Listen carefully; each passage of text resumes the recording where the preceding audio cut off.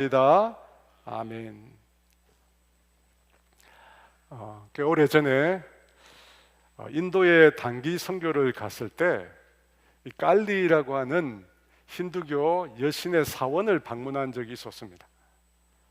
이 여신은 죽음과 공포의 여신입니다. 그런데 그 앞에 모인 사람들이 염소를 잡는 것입니다. 염소의 목을 따서 피를 사방에 뿌렸습니다.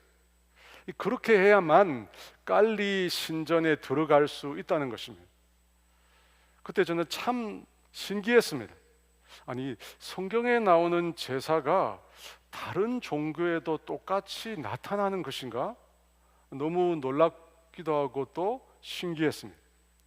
여러분, 인간의 죄를 사하기 위해서 가축의 피를 통해서 죄 사함을 받았습니다. 하지만 그것으로는 충분하지 않습니다. 가축의 피로는 인간의 죄를 완전히 대신할 수 없습니다. 그래서 죄가 없어진 하나님의 아들 예수 그리스도께서 친히 인간이 되셔서 인간의 죄를 온전히 대신 속해 주신 것입니다. 오늘 본문 4절과 5절 말씀인데요, 우리 같이 있습니다.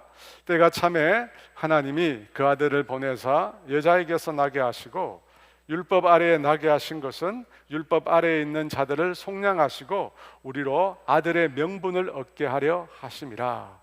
속량이라고 하는 말은 대가를 지불하고 타인의 지배에서 소유를 되찾다, 혹은 몸값을 치르고 되찾다는 뜻입니다.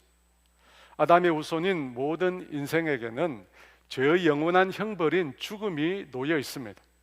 그 형벌은 인간이 결코 빠져나올 수 없는 굴레입니다. 왜냐하면 인간은 죄를 지어 죄의 노예가 되었기 때문입니다. 그 죄에 대해서 예수님께서 우리를 속량하신 것입니다. 몸값을 치르신 것입니다. 여러분, 우리가 구원을 얻은 것은, 이 같은 구원을 얻은 것은 우리 편에서는 무조건적인 은혜입니다. 구원 얻는 것에 있어서 우리가 하등의 공로가 없다는 것입니다. 오직 예수님을 믿음으로 값없이 구원을 얻게 되었습니다. 하지만 하나님 편에서는 엄청난 대가를 치르신 것입니다. 아버지 하나님은 하나뿐인 당신의 아들 독생자 예수 그리스도를 잔인하게 십자가에서 죽이셔야 했습니다. 예수님은 죄로 인한 진노의 잔을 내게서 멀리 하게 해달라고 간구하셨습니다. 죄인을 대신하여 죄를 지고 하나님께로부터 끊어져 징벌받는 것이 아들인 예수님께도 너무나 고통스러운 일이었던 것입니다. 그걸 행하셔야 하는 아버지의 마음도 여러분 어떨까요? 만약 사람이라면 미움도 생길 것 같습니다.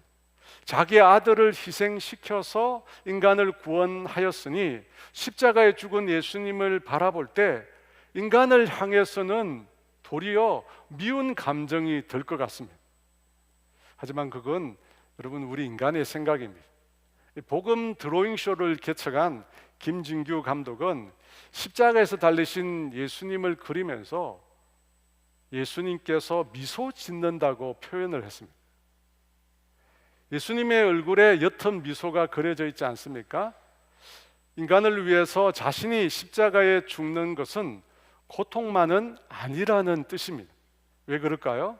예수님의 죽음이 죄인을 하나님께서 받아들이게 하는 근거가 되기 때문입니다. 로마서 3장 24절 말씀인데요, 우리 같이 있습니다. 그리스도 예수 안에 있는 속량으로 말미암아 하나님의 은혜로 값없이 의롭다 하심을 얻은 자 되었느니라. 의롭다 하심을 얻었다고 합니다. 의롭다고 칭해 주신다는 것입니다. 예수님으로 말미암아 은혜로 값없이 아무 공로 없이 칭의를 받은 것입니다. 여러분, 이 성경에서 의라고 하는 것은 행위 개념이 아니라 관계 개념이라고 했습니다. 관계라고 했습니다. 하나님과 바른 관계, 하나님과 화목한 관계, 그것이 칭의입니다. 왜냐하면 인간의 선한 행위로는 절대로 하나님 앞에 의가 될 수 없기 때문입니다. 그래서 관계를 말하는 것입니다. 그 의라는 개념 하에서 예수님의 죽음은 죄인을 위한 대속의 죽음일 뿐만 아니라 화해의 죽음이 됩니다. 화해의 죽음. 여러분, 화해라고 하는 것은 양측 관계를 화목시키는 것이잖아요. 그러니까 칭이라는 개념에서는 예수님이 화목제물이 되셨다는 표현이 정확히 들어맞습니다. 예수님으로 말미암아 하나님과 죄인이 화목하게 되었다. 죄인이 하나님 앞에 의롭게 칭함을 받게 되었다. 칭이 되었다라는 것입니다. 혹시 화해의 아이라고 하는 말을 들어보신 적이 있는지 모르겠습니다. 돈 리차드슨이라고 하는 선교사가 뉴기니아에서 복음을 전했는데 사위 부족이라는 부족에게 복음을 전했습니다. 그림이 떠야 되는데, 복음을 전할 당시 이 사위 부족은 식인 종족이었습니다. 이 사위 부족의 문화 중 가장 대표적인 게 뭐냐면 배반의 문화입니다. 그들은 상대를 잡아먹기 위해서 친하게 지내고 상대에게 환심을 베풉니다. 잡아먹기 위해서. 그리고 어느 순간이 되면 상대를 위인해서 죽이고 먹습니다. 그리고 그 해골을 자신의 집에 걸어놓거나 목에 걸고 다닙니다. 때로는 베개처럼 베고 자기도 했습니다. 이 리차드슨 선교사님이 처음 예수님을 전했을 때 그때는 그 사람들의 반응이 시큰둥했다고 합니다. 그런데 유다가 예수님을 배반한 이야기를 할 때는 그렇게 좋아했다고 합니다. 왜냐하면 사이 부족의 최대 기쁨이 배반을 당한 사람이 낙심하거나 불행을 겪는 것을 보는 것이었기 때문입니다. 그래서 유다 얘기를 할 때는 흥분하면서 좋아했다고 합니다. 그 모습을 보면서 리차드슨 선교사는 낙심이 되었다고 합니다. 도대체 이런 악한 자에게 어떻게 복음을 전해야 할지 막막했다고 합니다. 근데 어느 날 온 마을이 시끄러워졌는데 무슨 일인가 살펴봤더니 이 사이 부족 가까이에 또한 부족이라고 있는데 그들이 오랫동안 상호 적대 관계에 있었습니다. 근데 그러다가 한바탕 전쟁을 치를 상황이 일어났던 것입니다. 그런데 이 또한 부족이 워낙 강력해서 전쟁을 해봐야 사이 부족이 질 것이 너무나 뻔했습니다. 그러자 사이 부족의 추장이 6개월 된 자신의 아들을 이 또한 부족의 족장에게 바치기로 했던 것입니다. 이 추장의 아들을 그렇게 바치면 상대편 추장은 그 아이를 받아서 정성껏 키운다고 합니다. 그러다가 만약 아이를 맡긴 부족이 전쟁을 일으키면 추장의 아이를 제일 먼저 죽이는 것입니다. 그렇게 추장의 아이가 볼모로 잡혀 있으니까 전쟁을 일으키지 못하는 것입니다. 반면에 반대편에 있는 부족의 추장도 받은 그 아들을 자기가 키운 정이 있기 때문에 비록 원수지간이지만 그 아이만은 신뢰한다고 합니다. 그래서 문제가 생기면 그 아이를 중재자로 세워서 모든 문제를 해결한다고 합니다. 결국 이 아이가 살아있는 동안에는 두 부족 간에 평화가 유지되는 것입니다. 여러분, 그 아이를 화해의 아이라고 불렀습니다. 이 얘기를 듣고 리차드슨 선교사가 그들에게 이렇게 복음을 전했습니다. 여러분, 이제 여러분의 아들을 가슴 아프게 화해의 아이로 내어줄 필요가 없습니다. 하나님께서 이미 자기의 아들을 이 세상에 화해의 아이로 주셨기 때문입니다. 하나님께서 주신 아이는 연약하여 병들거나 죽지도 않습니다. 그러므로 여러분의 평화도 깨어질 이유가 전혀 없습니다. 제가 전하고 있는 예수 그리스도가 바로 그 화해의 아이입니다. 여러분, 이렇게 복음을 전했을 때 사이 부족 사람들이 그제서야 복음을 받아들였다고 합니다. 사랑하는 여러분, 예수님은 하나님의 아들로서 하나님과 원수된 이 세상의 화해를 위한 제물이 되셨습니다. 요한일서 2장 2절 말씀입니다. 이렇게 말씀합니다. 같이 있습니다. 그는 우리 죄를 위한 화목 제물이니 우리만 위할 뿐 아니라 온 세상의 죄를 위하심이라. 예수님께서 화목 제물이 되심으로 하나님과 우리가 바른 관계, 화목의 관계가 되었다는 것입니다. 예수님의 죽음이 우리와 하나님 관계를 화목하게 만들었다는 것입니다. 그렇다면 그 이전에는 어떤 관계였을까요? 여러분, 그 이전에는 원수 관계였습니다. 하나님은 죄를 받아들이실 수도 없고 용납하실 수도 없는 분이십니다. 그래서 우리가 그리스도를 알지 못할 때는 우리는 하나님의 눈에 진노의 자녀였습니다. 하나님 보시기에 진노의 자식이었습니다. 로마서 5장 10절 말씀에 우리가 예수를 믿지 않을 때를 이렇게 표현하고 있습니다. 같이 있습니다. 곧 우리가 원수 되었을 때 그의 아들의 죽으심으로 말미암아 하나님과 화목하게 되었은즉 화목하게 된 자로서는 더욱 그의 살아나심으로 말미암아 구원을 받을 것이니라.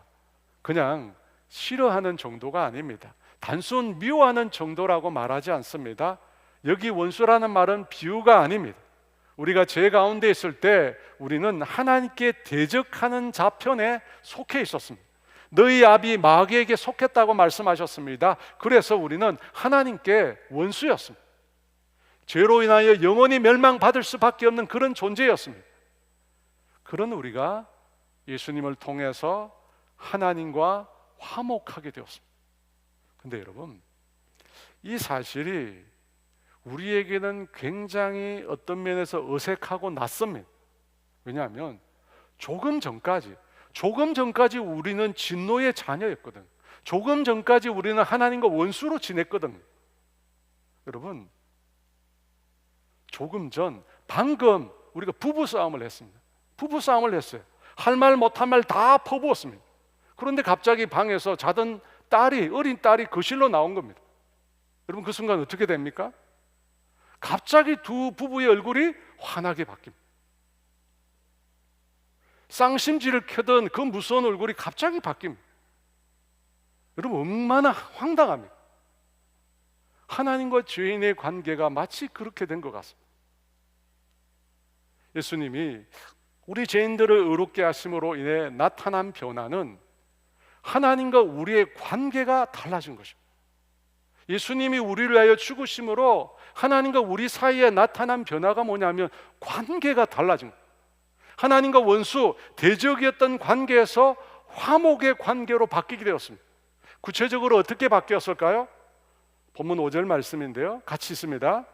율법 아래에 나게 하신 것은 율법 아래에 있는 자들을 속량하시고 우리로 아들의 명분을 얻게 하려 하심이라. 아들의 명분을 얻게 하셨다고 합니다. 이 말은 우리로 양자로 삼았다, 우리를 입양했다는 말입니다. 친아들이 아니지만 아들로 받아들였다는 뜻입니다. 그래서 명분이라고 하는 말을 쓴 것입니다. 곧 예수님을 통해서 우리가 하나님의 아들 자격을 얻게 되었다는 것입니다. 지금 우리에게는 양자라는 것이 거의 없습니다. 그런데 성경의 역사에서는 부유한 사람들이 자신의 집에 있는 종 가운데 상속을 위해서 양자를 택하는 경우가 들어 있었습니다. 여러분, 아브라함도 그랬잖아요. 자신의 종 가운데 상속자를 택하는 경우가 있었습니다. 그렇게 종을 양자로 삼으면 그 종은 하루아침에 어떻게 됩니까? 노예의 신분에서 벗어나서 주인의 상속인이 되는 것입니다. 법적으로 아들이 되는 지위를 얻게 되는 것입니다.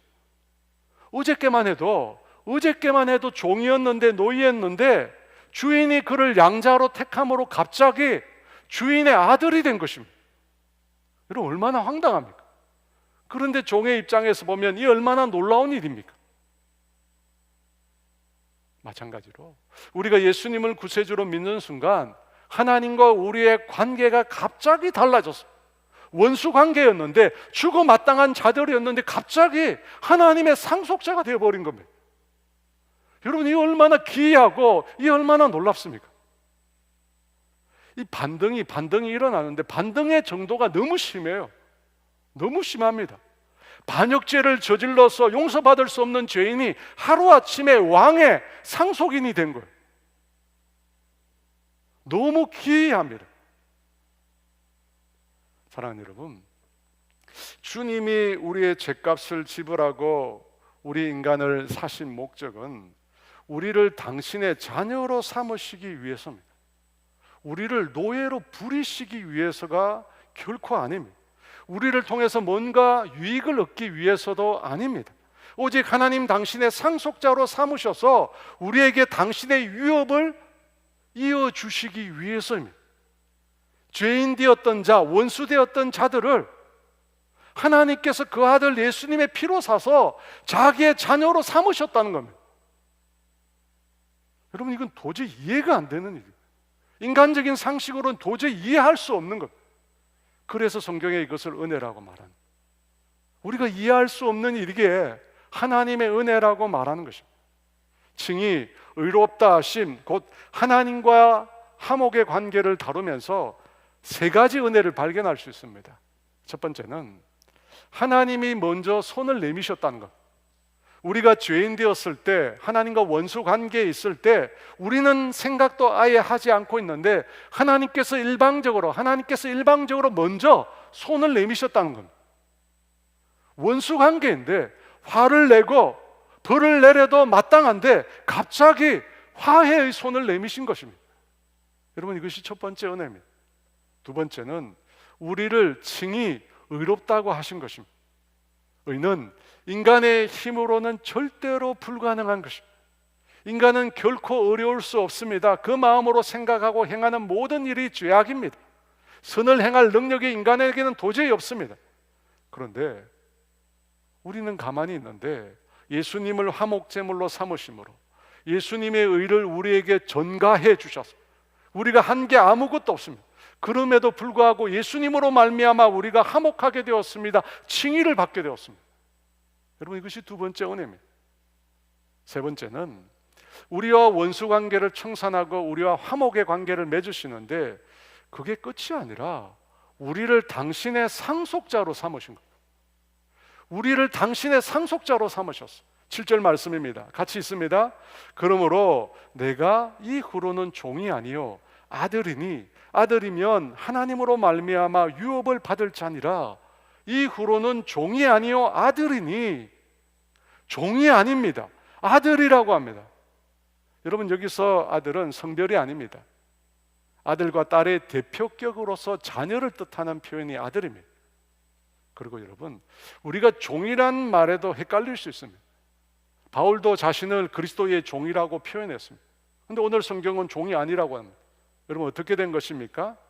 바울이 말한 종과 오늘 본문의 종은 같은 단어지만 의미가 다릅니다. 바울이 말한 종은 신분이 아닙니다. 역할을 의미합니다. 자신이 종처럼 주인이신 그리스도만 섬기겠다는 뜻에서 자신을 종이라고 비유적으로 말한 것입니다. 하지만 오늘 본문의 종은 신분입니다. 앞서 말씀드린 대로 당신은 종 가운데 양자를 택했습니다. 여러분, 그렇게 택함을 받으면 그가 어떻게 됩니까? 주인의 상속인이 됩니다. 더 이상 종이 아닙니다. 신분이 달라지는 것입니다. 우리도 예수님을 믿으면 신분이 달라집니다. 하나님의 자녀가 됩니다. 더 이상 이전에 우리가 아닙니다. 그런데 우리가 그렇게 신분이 달라졌음에도 우리의 의식이 잘 달라지지 않습니다. 분명히 종이 아니라고 하는데 우리의 의식 안에 자신을 종이라고 여기는 생각이 여전히 존재한다는 것. 우리가 하나님과 원수 관계였잖아요. 그런데 예수를 믿음으로 갑자기 자녀가 되었죠. 하루아침에 신분이 달라진 것. 그래서 적응이 안 돼요. 적응이 안 되는 것입니다. 하나님의 은혜라는 것이 낯설어요. 아무 조건이 없이 하나님께서 무한한 호의를 베풀어 주신다. 하나님이 갑자기 죽어 마땅한 죄인들을 하나님의 자녀로 삼으신다. 너무 낯설어요. 우리에게 맞지 않아요. 그래서 자꾸만 자신을 여전히 종으로 여깁니다. 이스라엘 백성이 애굽 땅에서 해방을 받았음에도 광야 생활하는 동안 여전히 노예의 모습으로 살았던 것처럼 우리도 하나님이 자녀가 되었음에도 불구하고 여전히 종의 모습으로 살아간다는 것입니다. 그래서 제가 단어를 하나 만들었어요. 칭종이라고. 이거 제가 만든 단어입니다. 칭종. 자신을 종이라고 칭한다는 것. 여러분, 왜 그럴까요? 성경은 분명히 우리를 하나님의 자녀라고 말하는데 왜 우리는 우리 자신을 자꾸만 종으로 여길까요? 누가복음 15장에 나오는 탕자의 비유에서 집 나간 둘째 아들이 이렇게 고백을 합니다. 같이 있습니다. 내가 일어나 아버지께 가서 이르기를 아버지, 내가 하늘과 아버지께 죄를 지었사오니 지금부터는 아버지의 아들이라 일컬음을 감당하지 못하겠나이다. 나를 품꾼의 하나로 보소서 하리라. 둘째 아들이 뭐라고 합니까? 자신을 품꾼의 하나로 여겨달라고 합니다. 왜 이런 말을 합니까? 하늘과 아버지께 죄를 지었사오니, 자신이 지은 잘못 때문에, 자신이 지은 잘못이 많으니까 아들이라는 것이 어울리지 않는다는 것입니다. 아들이라고 불릴 자격이 없어 보인다는 것입니다. 그래서 자신을 품꾼의 하나로 여겨달라는 것입니다. 여러분, 이 마음이 우리 내면에 여전히 존재하고 있습니다.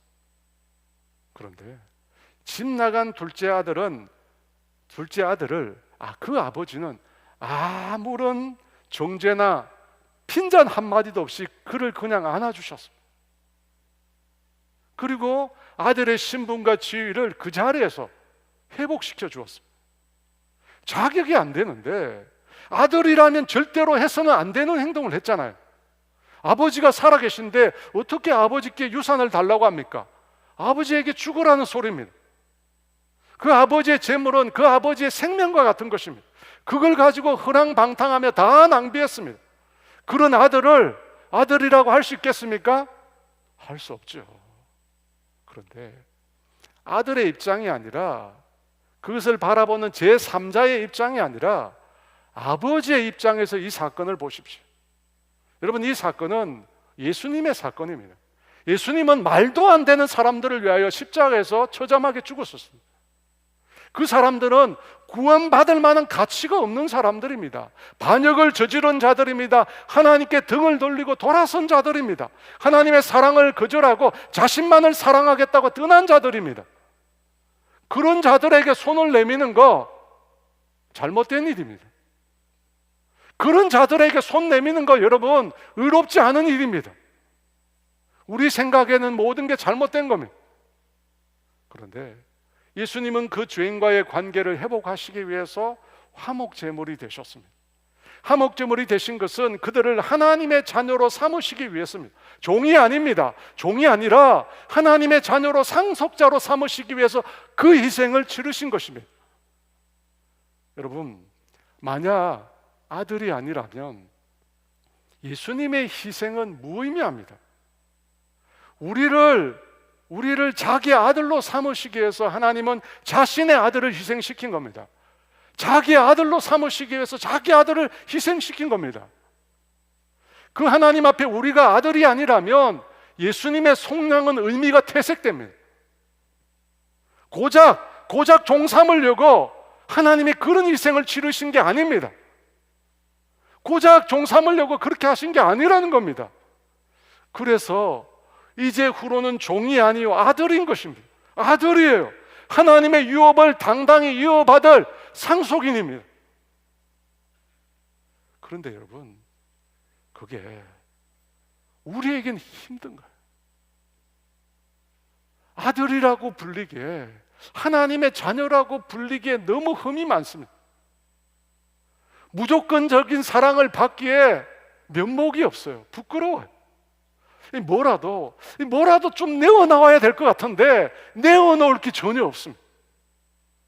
그래서 여러분, 우리가 답답합니다.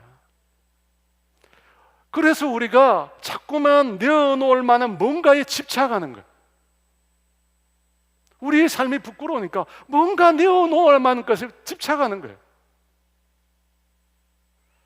조건 없이 자격이 없는 자에게 베푸시는 하나님의 은혜는 우리에게 어색합니다. 우리는 수고하고 그 대가를 얻는 것이 우리의 본성입니다. 그래서 여러분, 상급을 말하잖아요. 천국에 상급이 있다고, 하나님께 인정만할 만한 것이 있으니까 열심히 일하고 수고하라고 이야기합니다. 여러분, 저도 상급을 인정합니다. 성경에 나와 있으니까요. 근데 잘못하면 그리스도가 행한 것과 내가 행한 것을 같은 위치에 둘 수 있습니다. 나도 이 정도 했다고 하나님 앞에 교만해질 수 있습니다. 여러분, 하나님의 양자가 된다, 그리스도와 동일한 유업을 상속받는다는 것은 선물입니다. 선물이에요. 내가 노력해서 얻은 게 아니라, 내가 노력해서 얻을 수 있는 게 아니라 하나님의 선물입니다. 하나님과 화목된 자에게 주시는 하나님의 선물입니다. 선물이에요. 제 아이들 얘기인데 제가 몇 번 했는데, 제게는 세 자녀가 있습니다. 애들이 어릴 때 한 번은 제가 제 둘째 아들에게 물었습니다. 아빠가 너를 얼마나 사랑하는지 아니? 제가 실없게 그런 질문을 많이 하면서 놀았어요. 야, 아빠가 너 사랑하는지 알아? 이렇게 애한테 물으면서 제가 많이 놀았습니다. 그러니까 제 둘째가 안다고 대답을 해요. 알아. 그래요. 그러면 언제 아빠가 너 사랑할까? 언제 아빠가 너 사랑할까?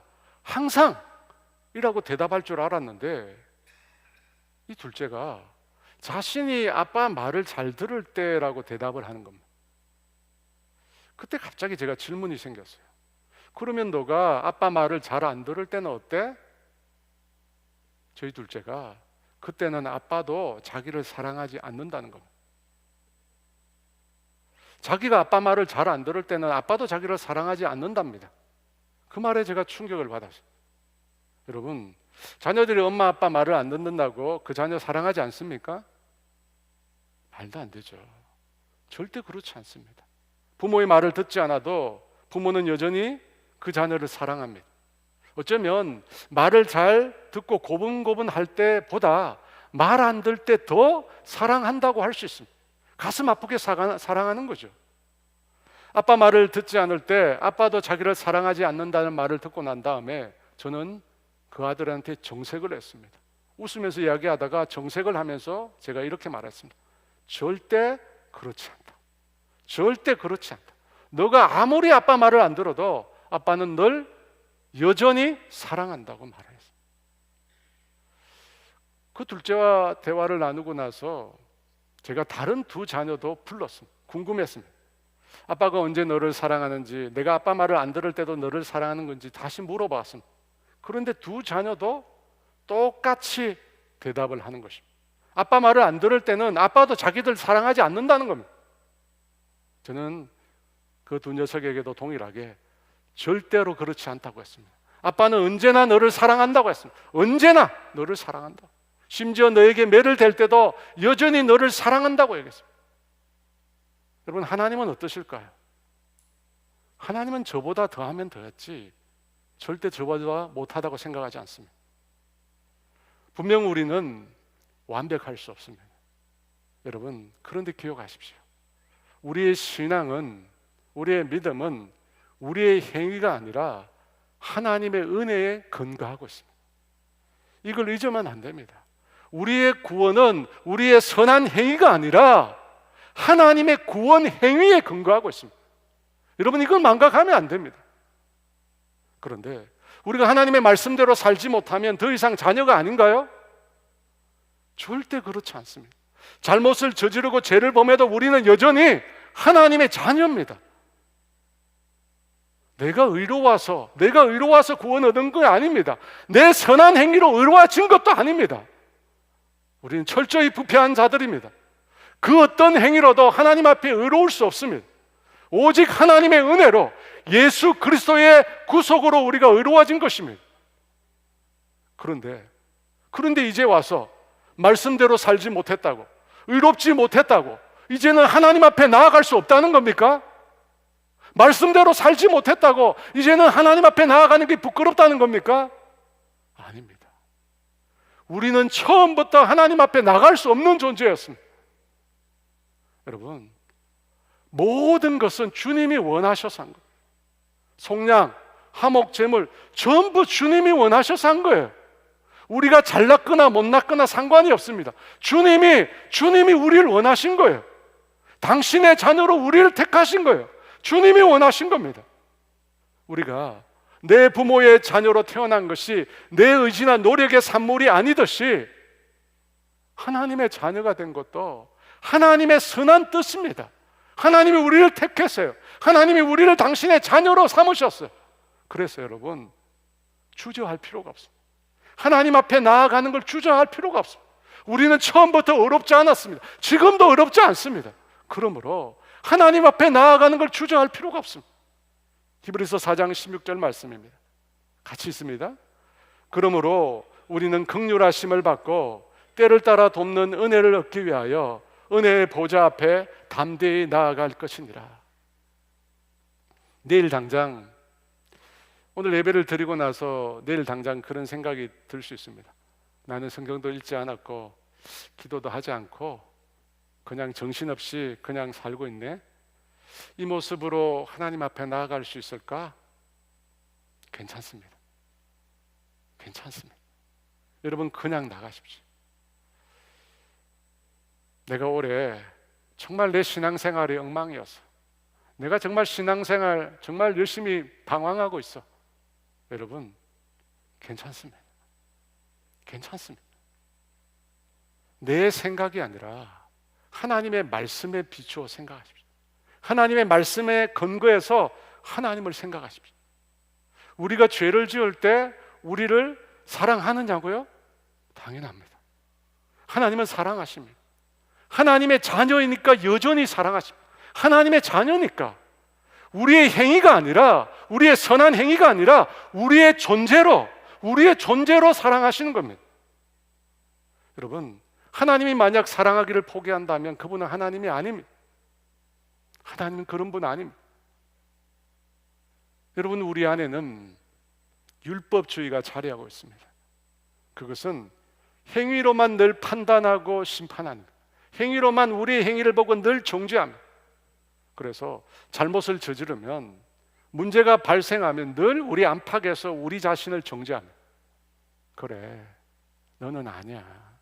너는 아들이 아니야. 너는 품꾼이야. 너는 품꾼에 지나지 않아. 하지만 여러분, 그렇지 않습니다. 그럴 수가 없습니다. 그럴 수가 없습니다. 왜냐하면 우리가 하나님의 자녀 된 것은 예수님을 통해 얻은 신분이기 때문입니다. 우리의 행위로, 우리의 노력으로 얻은 것이 아닙니다. 우리가 올바로 살고 있기 때문에 상속인이 된 게 아닙니다. 오직 예수님의 은혜로 된 것입니다. 내 힘으로 한 것도 없는데, 내 힘으로 한 것도 아무것도 없는데 하나님 앞에 내놓을 게 없는 것 때문에 의기소침하고 용기 없는 자처럼 되는 것은 여러분, 종처럼 사는 겁니다. 여러분, 종은 늘 주인을 두려워합니다. 그렇잖아요? 늘 주인을 두려워합니다. 하지만 아들은 그렇지 않습니다. 6절 말씀입니다. 같이 있습니다. 너희가 아들이므로 하나님이 그 아들의 영을 우리 마음 가운데 보내사 아빠 아버지라 부르게 하셨나니라. 성령님이 부르게 한다고 합니다. 우리가 하나님을 아빠라고 부르는 것이 아니라 부르게 한다고 합니다. 성령님께서 부르게 한다는 것입니다. 사랑하는 여러분, 주님은 우리의 연약함을 알고 계십니다. 사랑하는 자녀가 되었음에도 불구하고, 양자로 부름을 받았음에도 불구하고 쭈뼛쭈뼛 주님 앞에 잘 나아가지 못함을 알고 계십니다. 그래서 하나님이 성령님 보내신 겁니다. 성령님을 통해서 확신을 갖도록 성령님을 보내신 것입니다. 어떻게 하나님이 내 아버지일 수 있어요? 그렇게 두렵고 무서운 분인데, 온 세상을 만드신 무한무궁한 분인데 어떻게 그분이 나의 아버지가 될 수 있습니까? 이성으로는 가능한 게 아닙니다. 그래서 믿지 않는 사람들은 다 이상하게 생각하는 것입니다. 왜 하나님을 아버지라고 부르는지 이해 못하는 것입니다. 왜냐하면 그들에게 하나님은 무서운 분이니까, 그들에게 하나님은 두려운 분이기 때문입니다. 그런데 믿는 자들은 하나님을 아빠라고 합니다. 여러분, 우리가 성령님과 교제할 때 그 성령님을 통해서 우리가 하나님의 자녀임을 확신할 수 있습니다. 그렇게 교제하라고, 그렇게 하나님을 아빠라고 부르라고 성령님을 우리에게 보내신 것입니다. 그래서 여러분, 성령님을 통해서 우리가 하나님을 제대로 압니다. 성령님을 통해서 우리가 하나님의 자녀로 살아갈 수 있습니다. 사랑하는 여러분, 착각하면 안 되는데 우리는 선하게 사는 게 목적이 아닙니다. 우리의 목적은 하나님의 뜻대로 사는 것입니다. 여러분 기억하십시오. 선하게 사는 게 우리 인생의 목적이 아닙니다. 하나님의 뜻대로 사는 것입니다. 하나님의 뜻대로 살 때 선한 모습이 나타날 뿐입니다. 그러므로 여러분, 하나님의 영이신 성령님을 의지하십시오. 갈라디아서 2장 20절은 이렇게 말씀합니다. 같이 있습니다. 내가 그리스도와 함께 십자가에 못 박혔나니 그런 적 이제는 내가 사는 것이 아니요 오직 내 안에 그리스도께서 사시는 것이라. 이제 내가 육체 가운데 사는 것은 나를 사랑하사 나를 위하여 자기 자신을 버리신 하나님의 아들을 믿는 믿음 안에서 사는 것이라. 내 안에 그리스도가 사신다고 합니다. 여기 그리스도는 누구십니까? 성령님이십니다. 하나님의 영이신 성령님께서 내 안에 사시는 것입니다. 내 행위로 내가 구원을 얻을 수 없듯이, 내 행위로 내가 의로워질 수 없듯이 예수 안에서 살아가는 것도 내 힘으로는 불가능합니다. 내 예수 안에 살아가는 게 내 힘으로 가능하다? 여러분, 성경이 말하는 예수 믿는 자의 삶이 아닙니다. 여러분, 우리는 내 힘으로 예수 믿는 자의 삶을 살 수 없습니다. 불가능합니다. 왜냐하면 내 행위와 내 삶을 보면 도무지 하나님 자녀 같지 않기 때문에. 여러분, 내가 과연 구원받았나? 내 행위에 자꾸 초점을 주면 여러분 흔들립니다. 그래서 성령님 보내신 거예요. 성령님 보내셔서 우리로 하여금 하나님의 자녀임을 확신하고 하나님을 알고 하나님의 뜻대로 살 수 있도록 우리를 도와주시는 것입니다. 그래서 하나님의 자녀의 삶의 특징이 뭐냐? 성령님이에요. 하나님의 자녀의 삶의 특징이 뭐냐? 성령님이에요. 나와 있잖아요, 온 성경에. 성령님을 통해서 하나님을 아빠, 아버지라 부르는 겁니다. 성령님을 통해서 우리가 예수 믿는 자로 살아가는 것입니다. 반면에 종의 삶이 있습니다. 하나님의 자녀가 된 이후에 여전히 종의 삶을 사는 분들이 있습니다. 내가 여전히 종된 삶을 산다는 것. 탕자의 비유에 나오는 큰아들이 바로 그 주인공입니다. 누가복음 15장 29에서 32절 말씀입니다. 아버지께 대답하여 이르되 내가 여러 해 아버지를 섬겨 명을 어김이 없거늘 내게는 염소 새끼라도 주어 나와 내 벗으로 즐기게 하신 일이 없더니 아버지의 살림을 창녀들과 함께 삼켜버린 이 아들이 돌아오매 이를 위하여 살찐 송아지를 잡으셨나이다. 아버지가 이르되, 우리 같이 읽어볼까요? 예, 너는 항상 나와 함께 있으니 내 것이 다 내 것이로되 이 내 동생은 죽었다가 살아났으며 내가 잃었다가 얻었기로 우리가 즐거워하고 기뻐하는 것이 마땅하다 하니라.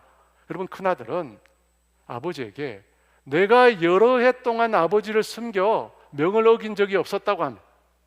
그런데 내게는 염소 새끼 한 마리 주어서 나와 내 벗으로 즐기게 하신 일이 없다고 합니다. 그때 아버지가 뭐라고 합니까? 너는 항상 나와 함께 있었다고. 그래서 어떻게 해요? 내 것이 다 너 것이라고, 아버지의 것이 다 너 것이라고 말합니다. 큰아들은 그걸 몰랐어요. 자신이 가진 걸 몰랐어요. 그는 자신을 일만 하는 자로 여겼어요. 진짜 아버지 마음은 몰랐어요. 늘 그래서 수고하지만 기쁨이 없었어요. 누릴 줄 몰랐어요. 아버지를 모르니까, 아버지의 마음을 모르니까 늘 종으로 살은 거예요. 달란트 비유에 나오는 한 달란트 받은 사람과 똑같습니다. 마태복음 25장 24절에 한 달란트 받았던 자는 와서 이르되 주인이여 당신은 굳은 사람이라 심지 않은 데서 거두고 해치지 않은 데서 모으는 줄을 내가 알았으므로. 한 달란트 받은 자가 왜 악한 종이 되었습니까? 주인을 몰랐어요. 주인을 잘못 알았어요. 당신은 굳은 사람이라 심지 않은 데서 거두고 해치지 않은 데서 모으는 줄 내가 알았습니다. 무슨 말이에요? 말도 안 되는 소리예요. 주인이 불로소득자라는 거예요. 주인을 모르는 거예요. 여러분, 하나님을 알지 못하는 사람은 종으로 사는 겁니다. 하나님을 알지 못하니까, 하나님의 마음을 알지 못하니까 오해합니다. 하나님을 알지 못하니까 자기 마음대로 생각해요. 그래서 두려워하고 염려하는 것입니다. 하나님 알지 못하니까 종으로 살아요. 그런데 예수 믿는 자들도 하나님 알지 못하니까 아들이 아니라 종의 하나로 자신을 여겨달라고 말하는 것입니다. 믿는다고 말하면서 종의 삶을 살고 있습니다. 왜 그렇습니까? 성령님이 없어서 그래요. 성령님과 교제하지 않으니까 하나님을 알지 못하는 겁니다. 하나님의 마음을 깨닫지 못하는 겁니다. 이후로는 종이 아니요 아들이면 하나님으로 말미암아 유업을 받을 자니라. 우리는 유업을 받을 자입니다. 하나님의 놀라운 유업을 받을 자입니다.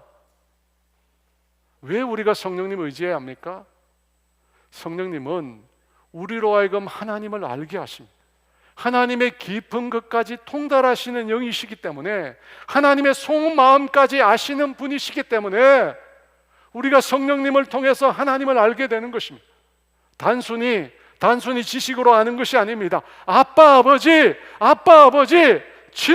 친밀하게 하나님을 알게 되는 것입니다. 여러분, 그 친밀한 성령님과의 교제를 통해 하나님의 뜻을 압니다. 하나님의 마음을 알게 됩니다. 그래서 여러분, 아들로서 누리며 사는 거예요. 아버지 마음을 알지 못하는 자는 종으로 살지만, 아버지 마음을 아는 자들은 아들로 삽니다. 하나님이 주신 풍성한 것을 누리며 기뻐하며 감사하며 사는 것입니다.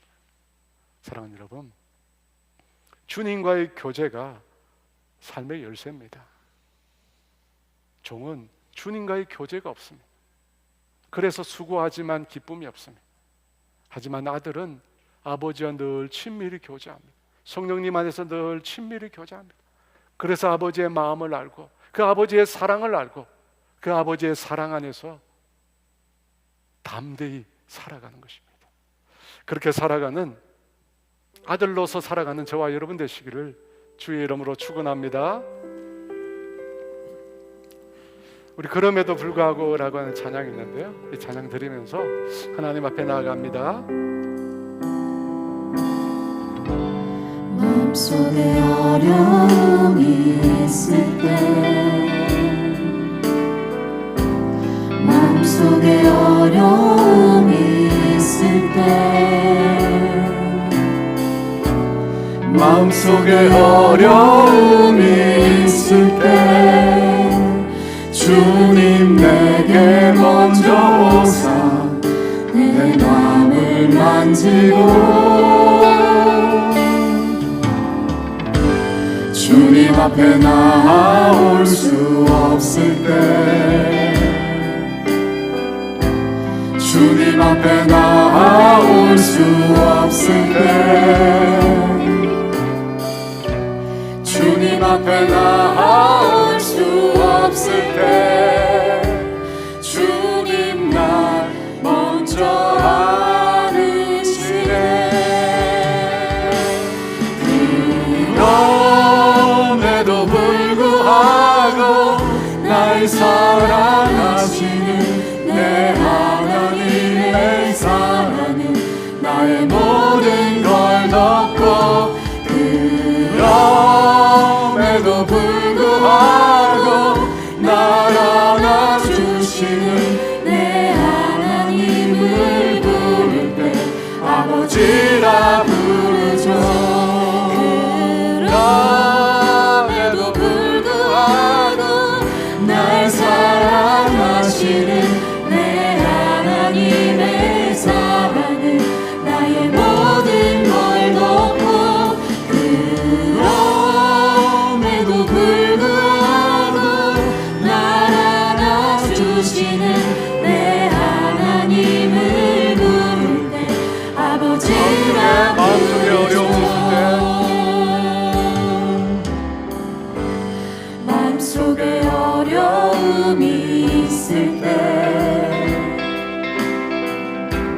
마음속에 어려움이 있을 때,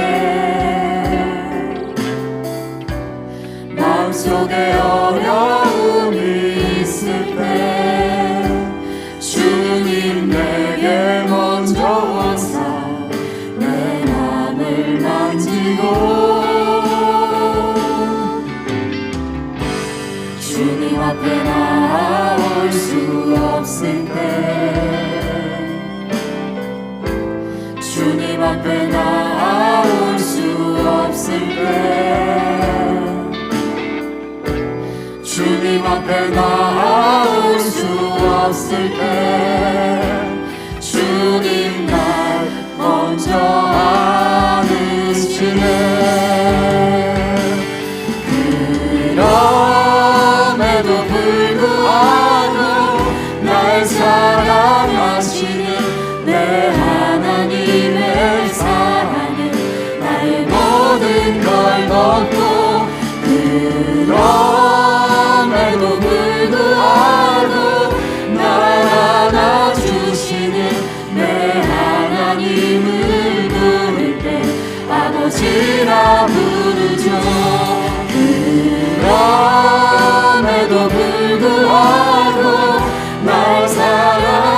안아주시는 내 하나님의 사랑은 나의 모든 걸 덮고 그럼에도 불구하고 날 안아주시는 내 하나님을 부를 때 아버지라 부르죠. 사랑하는 여러분, 되게 뭔가 문제가 있어서 연약함이 많아서 지은 죄가 많아서 하나님 앞에 나아갈 수 없다 생각한다면 여러분 그 생각은 정말로 하나님의 사랑을 무시하는 거예요. 하나님이 우리 인생 가운데 베풀어 주신 그 놀라운 은혜를 무시하는 거예요. 여러분 하나님의 은혜가 그거밖에 안 되는 줄 아십니까? 하나님의 사랑이 그것밖에 안 되는 줄 아십니까? 내가 잘못했다고 하나님 앞에 나아가지 못하도록 만드는 게 하나님의 사랑이에요? 어림없는 소리입니다. 하나님의 사랑은 그 수준이 아닙니다. 내가 아무리 악한 죄를 저질러도, 내가 아무리 하나님 앞에 악한 죄를 저질러도 그럼에도 불구하고 그분은 우리를 여전히 사랑합니다. 그분은 여전히 우리를 사랑합니다. 내가 하나님의 뜻대로 살지 못했다고 아들이 아니라 종이라고요? 여러분은 하나님의 사랑을 무시하지 마세요. 하나님의 사랑이 그밖에 안 되는 줄 아십니까? 천만에요. 내가 그 어떤 잘못을 저질렀더라도, 내가 예수 믿은 이후로 그 어떤 삶을 살았다 하더라도 하나님의 사랑은 그 모든 것을 다 덮습니다. 그럼에도 불구하고 주님은 여전히 우리를 사랑한다고 말씀하십니다. 내가 생각하는 하나님의 사랑으로 하나님의 사랑을 평가하지 마십시오. 사람들이 말하는 것으로 하나님의 사랑을 평가하지 마십시오. 하나님의 사랑은 그런 사랑 아닙니다. 내가 어떤 모습, 여러분 우리가 선에서 구원받았습니까? 우리가 의로워서 구원받았습니까? 천만에요. 우리가 죄인 중에 괴수였지만 하나님 우리를 사랑하십니다. 그 사랑은 결코 변하지 않습니다. 그 사랑은 결코 변하지 않습니다. 여러분 그 사랑을 의지해 주님 앞에 나아가십시오. 그 사랑을 알게 하신 분이 성령님이세요. 우리가 성령님을 의지하지 않고 하나님 알 수 없습니다. 하나님의 사랑을 경험할 수 없고 그 사랑 안에 살 수 없습니다. 이 시간 성령님을 의지해서 하나님의 사랑을 깨닫게 해달라고, 우리를 양자로 삼으신 그 놀라운 사랑 알게 해달라고 우리 주여 외치 기도합니다. 주여,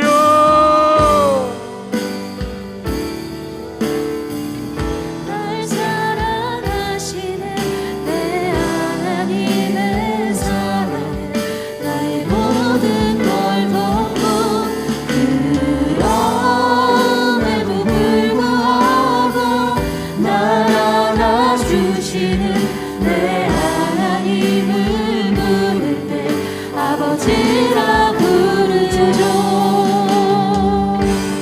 마음속에 어려움이 있을 때, 마음속에 어려움이 있을 때, 마음속에 어려움이 있을 때 주님 내게 먼저 오사 내 맘을 만지고 주님 앞에 나올 수 없을 때, 주님 앞에 나올 수 없을 때, 주님 앞에 나올 수 없을 때 주님 날 먼저 안으시네.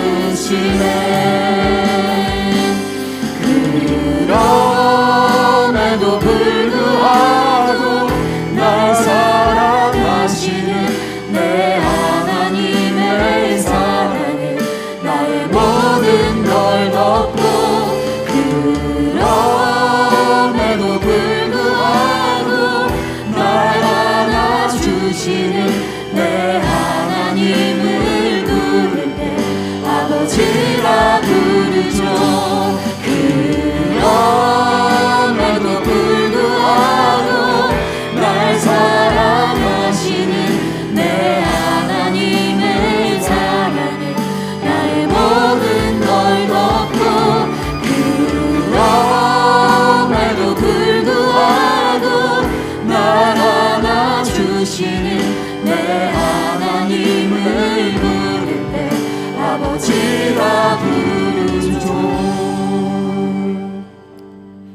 하나님 아버지, 하나님은 나를 용서하지 않을까요?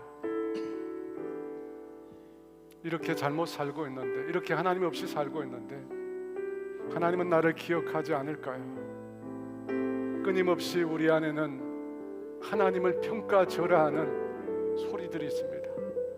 주님, 하나님의 사랑이 어떤 사랑인지 알게 해주세요.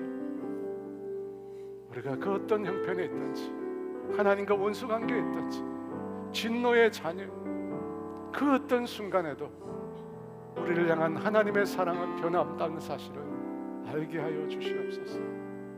우리를 단지 종으로 부리시기 위해서 우리를 구원하신 것이 아니라, 우리에게 뭔가를 얻어내기 위해서 우리를 구원하신 것입니다. 우리에게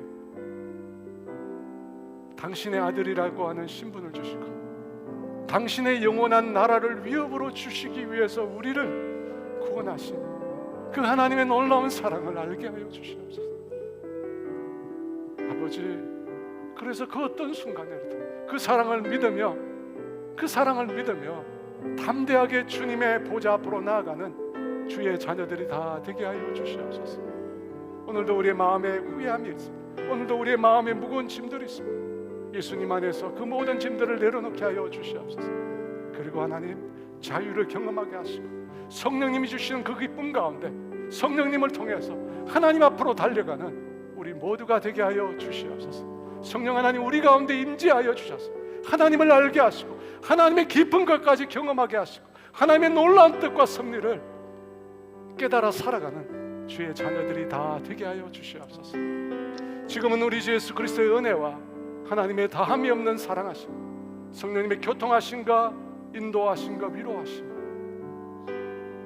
하나님의 자녀됨의 이 깊은 은혜를 경험하고 하나님의 사랑 안에서 살아가기로 다짐하는 사랑하는 성도들 위해 이제로부터 영원토록 함께 하시기를 간절히 축원하옵나이다.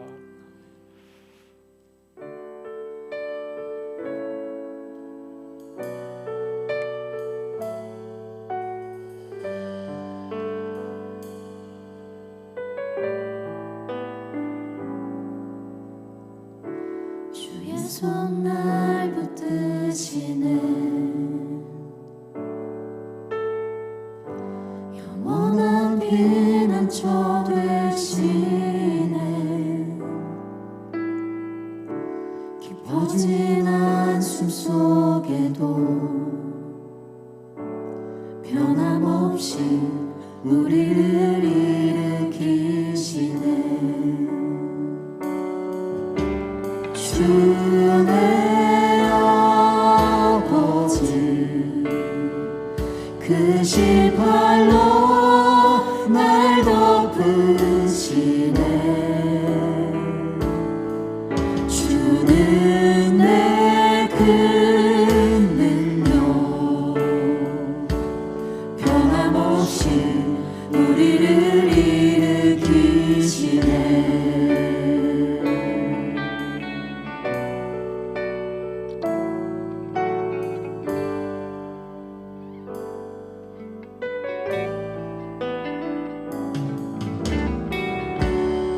손 날 붙드시네, 영원한 피난처 되시네. 깊어진 한숨 속에도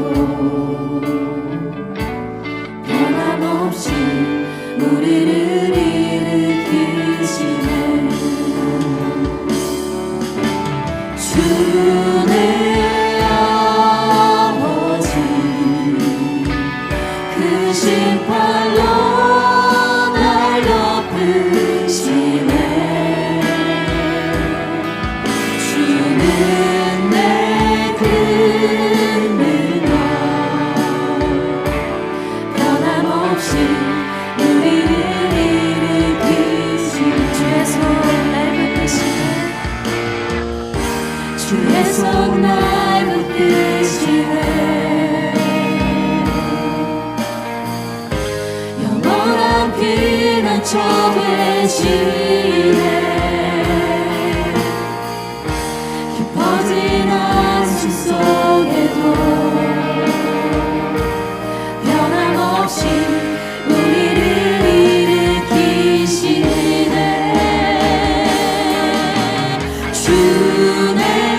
아버지